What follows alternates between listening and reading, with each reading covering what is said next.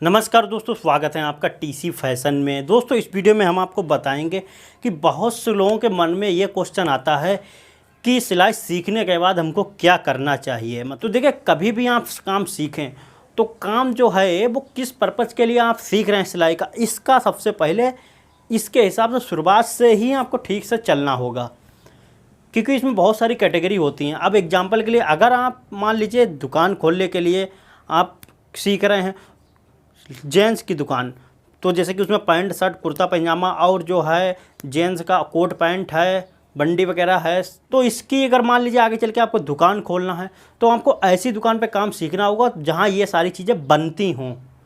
क्योंकि ऐसी दुकान पे अगर आप सीखेंगे जहाँ सिर्फ पैंट शर्ट बनती है और कोट पैंट नहीं बनता है और आपको को खोलना है कोट पैंट की भी दुकान साथ में, तो आपके पास तो नॉलेज होगी नहीं, तो फिर प्रॉब्लम होगी। तो ऐसे में आपको जो काम करना हो उसी का पहले काम सीखना होगा और उसी दुकान पे सीखना होगा। तो जब आप पूरा काम सीखे होंगे तो अच्छे से आप दुकान खोल के आप पैसे कमा सकते हैं, क्योंकि सीखने में बहुत ज़्यादा टाइम निकल जाता है और फिर जब उम्र बढ़ जाती है मतलब तो जो है आप कुछ करने का टाइम होता है, सीखने का टाइम तो चला जाता है।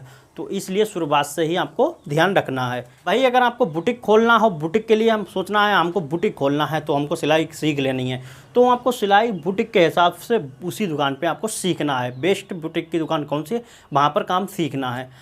अब बात करते हैं कि बहुत से लोग सोचते हैं हमें दुकान से कोई मतलब नहीं, हमको तो कारीगरी, सिर्फ कारीगरी करना है, कारीगरी करना है। अब कारीगरी में बहुत से लोग क्या प्रॉब्लम करते हैं कि सिर्फ पैंट बनाते हैं, मतलब पैंट के कारीगर हो गए वो, उसके बाद सिर्फ उनको पैंट ही बनाना है और मतलब कुछ भी अगर उन्हें दे दिया जाए तो वो बनाते नहीं हैं, और उसके बाद जो है नहीं अगर पैंट मिली तो वो खाली घूम लेंगे पर और कुछ नहीं बनाएंगे। ये सबसे बड़ी दोस्तों गलती है आज के दौर में। अगर सिर्फ और सिर्फ अगर आपको कारीगरी करनी है और पैसे कमाने हैं तो इसमें क्या है कि आपको ऑलराउंडर कारीगर बनना होगा। जैसे कि मान लीजिए आपकी सीज़न में सिविल का काम अच्छा हो जाता है तो वहाँ पर काम की कमी नहीं होती है। अगर मान लीजिए काम सीख गए तो आपका काम भरपूर मिलता रहेगा, तो आप पैंट बनाए चाहे शर्ट बनाए, बात वो अलग चीज़ है।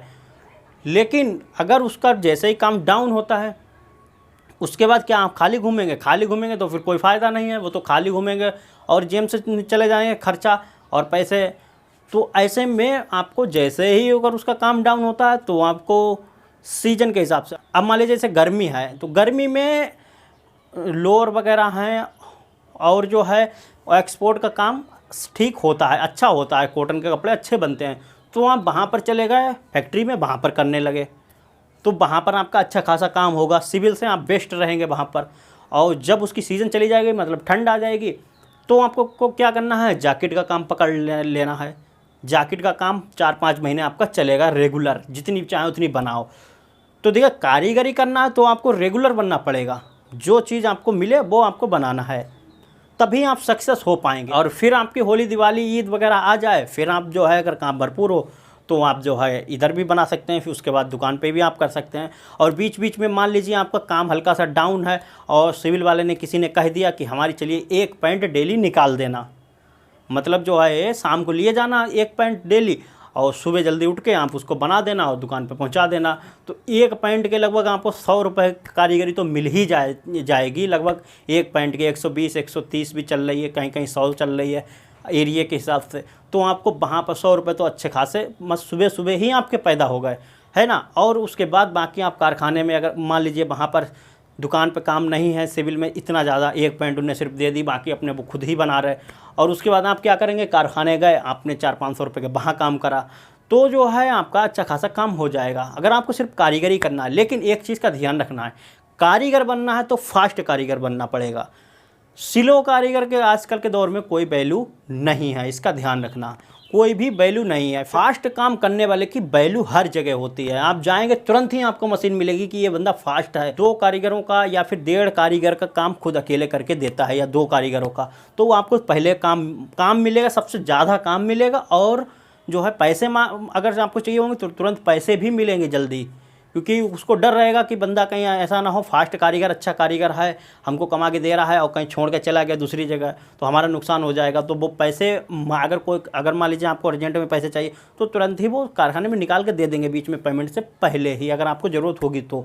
ये सारी चीज़ें फास्ट कारीगरी में मतलब ये सारी चीज़ें आपको मिलती हैं। सिर्फ और सिर्फ एक पीस पे कारीगरी में कुछ भी नहीं होने वाला है, आपको हर पीस सीखना होगा। सीखने का मतलब ये नहीं है कि आपने 4-5 साल लगा दिए सिलाई का काम सीखने में, तो आगे जो आप काम सीखेंगे उसमें भी 4-5 साल लग जाएंगे, ऐसा नहीं है।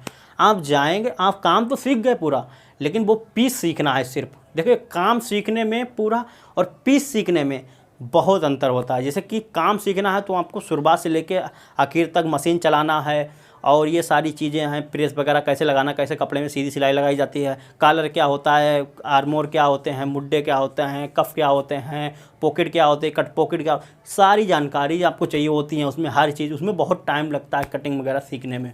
लेकिन अगर कोई पीस आपने को सीखना है तो उसमें तो हर चीज़, भले ही डिज़ाइन चेंज हो लेकिन चीज़ तो वही होगी। कॉलर बनाना है, आपको तीरा लगाना है, तो वो उसमें क्या होता है, वो सिर्फ सैंपल होता है। सिर्फ आपको सैंपल बनाना है, 1-2 दिन लगते हैं।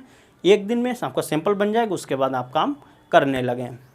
जब एक बार आपके हाथ में पीस सेट हो जाएगा, ठीक है, सैंपल बनाने में आपको पूरा दिन भी निकल सकता है, लेकिन इसका मतलब ये नहीं है कि आपको पीस बनाने में भी पूरा दिन लग जाएगा। देखिए, अगर आपका जब हाँ एक पीस में हाथ सेट हो गया, उसके बाद जो है वो फिर आपको वही अच्छा लगेगा, ऐसा समझ लीजिए। जैसे कि एक कारखाना जहाँ है वहाँ पर ओवरहाल बन रहा था, ऊपर से नीचे तक पूरा, ओके, तो आर्मी का, तो उसमें काम बहुत ज़्यादा था, उसका रेट बहुत कम, यानी कि रेट है उसका 100 रुपये। 100 रुपये मतलब बहुत रेट कम है, उसका लगभग काफ़ी होना चाहिए, 200 रुपये या 180 रुपये होना चाहिए। लेकिन वो पीस जो है रेगुलर अभी भी चल रहा है, मतलब 3 साल से पीस वो बन रहा है। अब जिसके हाथ में सेट हो गया, पहले 2 पीस बनते थे, अब वही पीस आप उनके 5 बनने लगे। मतलब 1-2 महीने 2 पीस बने, 2-2, 3-3 पीस, उसके बाद 5, कोई 5 बना रहा, कोई 6 बना रहा, वही स्पीड बढ़ गई। जो फास्ट थे वो तो 10-10 बनाते हैं, जो फास्ट कारीगर हैं 9, 10, 8 इस तरीके से पीस बनाते हैं।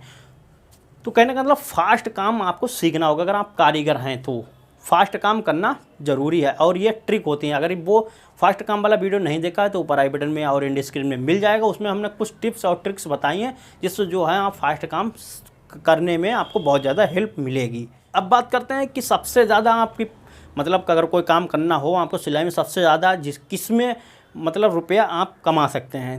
तो देखिए, वो जो है वो तो खुद का ही काम है। अगर आप सोचें बहुत ज़्यादा 50-60 हज़ार या फिर जो है महीने का या फिर 70 हज़ार इस तरीके से निकाल लें, तो कारीगरी में पॉसिबल ही नहीं है। कारीगरी में नहीं आप कमा सकते इतना, ये सिर्फ अपने काम में ही होता है। जैसा कि अगर मान लीजिए अपना काम कर रहे हैं, शर्टों का काम, शर्ट का कारखाना डाला है आपने, कटिंग कपड़ा खुद लाए हैं अपना, और खुद कटिंग करके और जो है मार्केट में सेल कर रहे हैं थोक रेट में, और जो है ऑनलाइन भी मान लीजिए ई-कॉमर्स वेबसाइट पे भी आपने डाल दिया तो वहाँ पर भी, तो जो खुद का काम आप करेंगे तो वो एक धीरे से वो क्या होता है, वो आपकी छोटी सी एक कंपनी ही बन जाती है कहने का मतलब। तो उसमें आप इसको तो कमा सकते हैं। मान लीजिए किसी पे आपको 100 रुपये शर्ट पे बच रहा है, एक शर्ट पे 100 रुपये बच रहे हैं, 50 शर्टें आपने सेल कर दी एक दिन में, तो आपके 5,000 ऐसे ही हो गए।